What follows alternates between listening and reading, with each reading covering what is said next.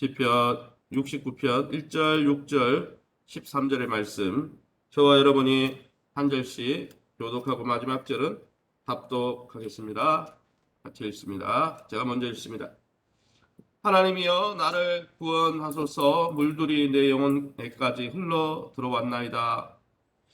주 만군의 여호와여, 주를 바라는 자들이 나를 인하여 수치를 당하게 하지 마옵소서. 이스라엘의 하나님이여, 주를 찾는 자가 나로 말미암아 욕을 당하게 하지 마옵소서. 같이 읽습니다. 13절입니다. 여호와여, 나를 반기시는 때에 내가 주께 기도하오니 하나님이여, 많은 인자와 구원의 진리로 내게 응답하소서. 아멘. 오늘은 시편 69편의 말씀을 가지고 하나님이여 구원하소서라는 제목으로 말씀을 함께 나눌 때 저와 여러분의 삶 속에 오늘도 하나님 앞에 부르짖고 간구하면서 하나님의 구원과 응답을 받는 복된 풍성한 하루가 되시기를 예수의 이름으로 축원합니다. 오늘 본문은 다윗이 반란을 일으키고 역모를 일으킨 자들에게 쫓겨서 고난 당할 때 지은 일종의 탄원시, 찬양시가 아니라 자신의 억울함을 해결해 달라고 부르짖은 탄원시의 일부입니다. 그러면 오늘 본문을 통해서 우리가 좀 기억하고 붙들어야 될 하나님의 약속은 무엇입니까? 우선 1절 말씀에 보시면 이렇게 말씀하고 있습니다. 하나님이여 나를 구원하소서. 물들이 내 영혼에까지 흘러 들어왔나이다. 물들이 내 영혼에까지 흘러 들어왔다. 이 표현 1절의 표현은 다윗이 처한 상황이 아주 극도한 아주 위기의 상황임을 보여주는 거죠. 물이 내 영혼에까지 차고 들어왔다. 요나가 물고기 뱃속에 들어갔을 때 했던 고백과 비슷합니다. 그러나 이런 위기의 상황에 다윗은 어떻게 하고 있습니까? 위급하고 절대절명한 상황에 그는 하나님 앞에 원망한 것이 아니라 시편 69편을 가만히 읽어보면 오히려 목이 마르고 눈이 쇠할 정도로, 그의 목이 마르고 눈이 쇠할 정도로 하나님 앞에 부르짖었다는 것입니다. 참된 신앙은 언제 나타납니까? 참된 신앙은 욥이 고난당할 때 그의 믿음의 본체가 드러나고, 또 아브라함이 24년 동안 이삭을 주지 않고 25년째 하나님께서 약속을 이루실 때 25년 동안 기다릴 때 그의 믿음이 드러났던 것처럼 참된 신앙은 위기를 당할 때 진짜 믿음이 드러나는 거예요. 믿음의 사람들은 어떻게 합니까? 어려움이 오면 하나님 원망하고 불평하고 떠나는 것은 세상 사람들이 하는 일들이에요.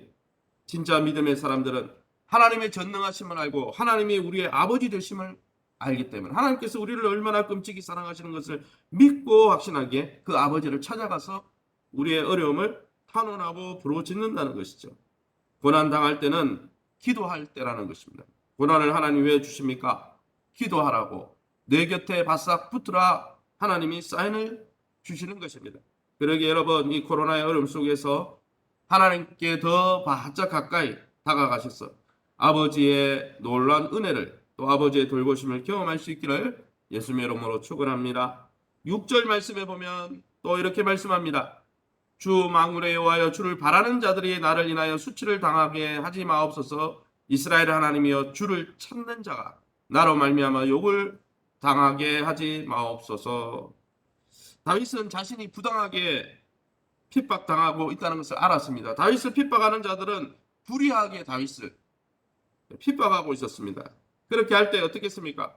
하나님, 원수를 대신 갚아달라고 기도했습니다. 목사님, 원수는 사랑해야지 어떻게 원수를 대신 갚아달라고 이렇게 기도할 수 있습니까?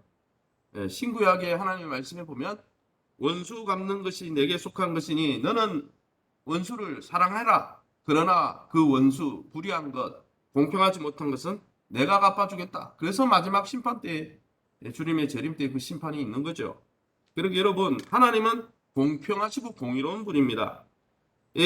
다윗이 이렇게 원수 갚아달라고 기도한 것은 개인적인 원한에 의해서 저 사람 절대 용서할 수 없다, 그런 저주가 아니라 하나님은 공의로운 분이고 하나님은 정의로운 분이기 때문에 이 땅에 정의와 공의가 살아있다는 것을, 그래서 6절에 보면 하나님을 바라보는 자들, 하나님을 의지하는 자들, 하나님을 경외하는 자들을 하나님이 높여주시기 위해서라도 공의를 이루어 달라고 나처럼 수치당하는 일이 없게 그 원수와 잘못된 것을 바로잡아 달라고 기도하는 것이죠.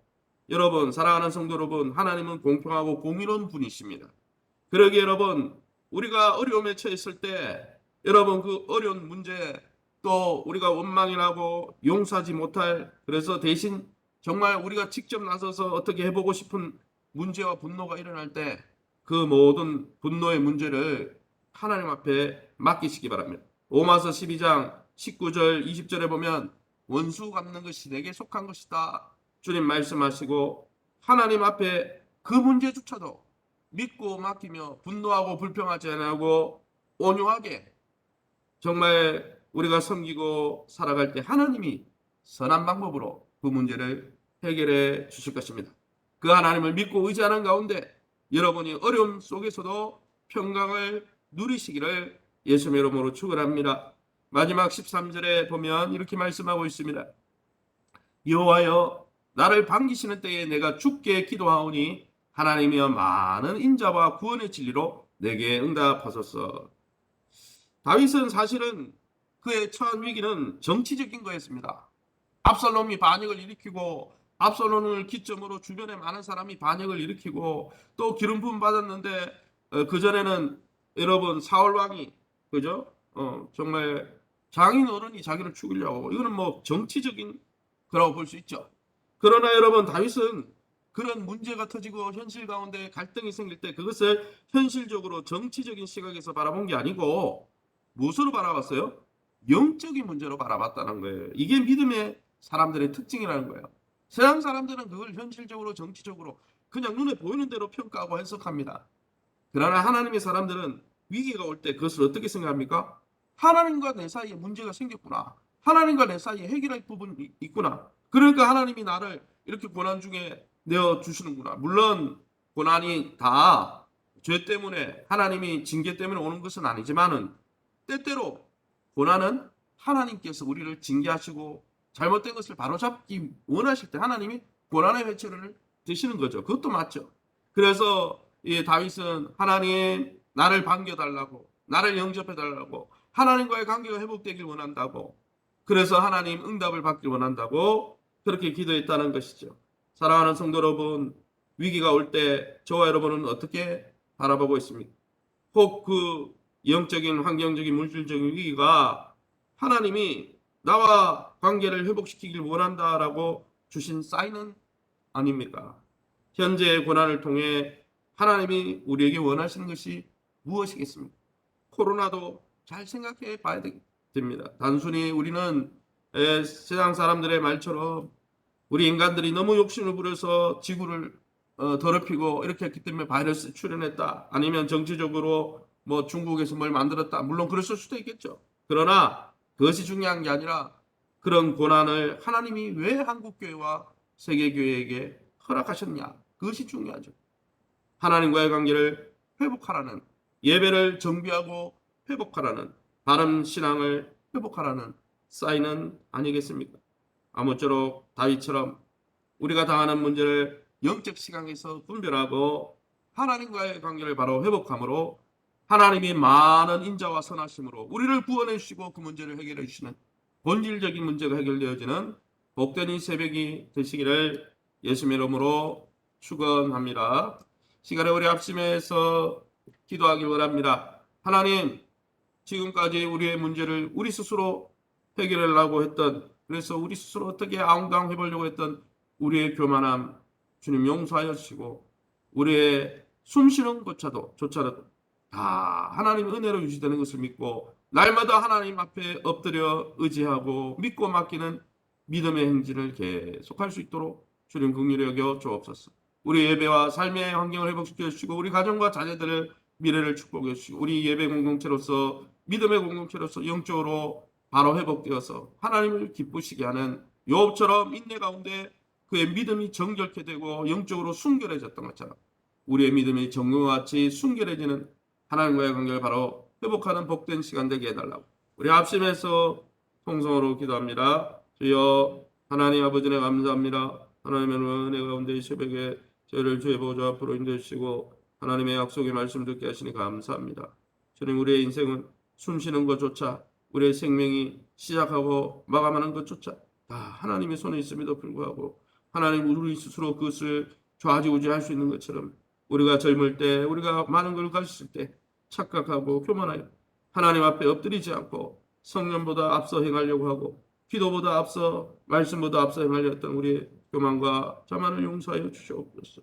이 코로나의 어려움 속에 하나님을 원망하고 스스로 자멸하는 자가 아니라 다윗처럼 하나님과의 관계를 바로 회복하기 위해서 영적으로 점검하며 하나님과의 관계를 회복하는 영적인 전화위복의 기회로 삼고 믿음으로 달려갈 수 있게 도와주시며 또 우리를 어렵게 만드는 정말 하나님 원수와 같은 자들 또 주변에 있는 그러한 사람들로 인해서 우리가 불평과 분노 속에 스스로 자멸하는 자가 아니라 온유함으로 날마다 우리의 그러한 문제까지 신원해 주시는 하나님께 믿고 맡기며 날마다 그리스도의 평강 가운데 하나님 은혜 가운데 머물 수 있도록 축복하였시고 그 문제를 하나님 또 하나님 속히 하나님의 선한 방법으로 선한 때에 이루어 주셔서 영적으로 육적으로 환경적으로 물질적으로 하나님 회복되어지고 하나님 아버지 치유되어 수 있도록 은혜 베풀어 주옵소서.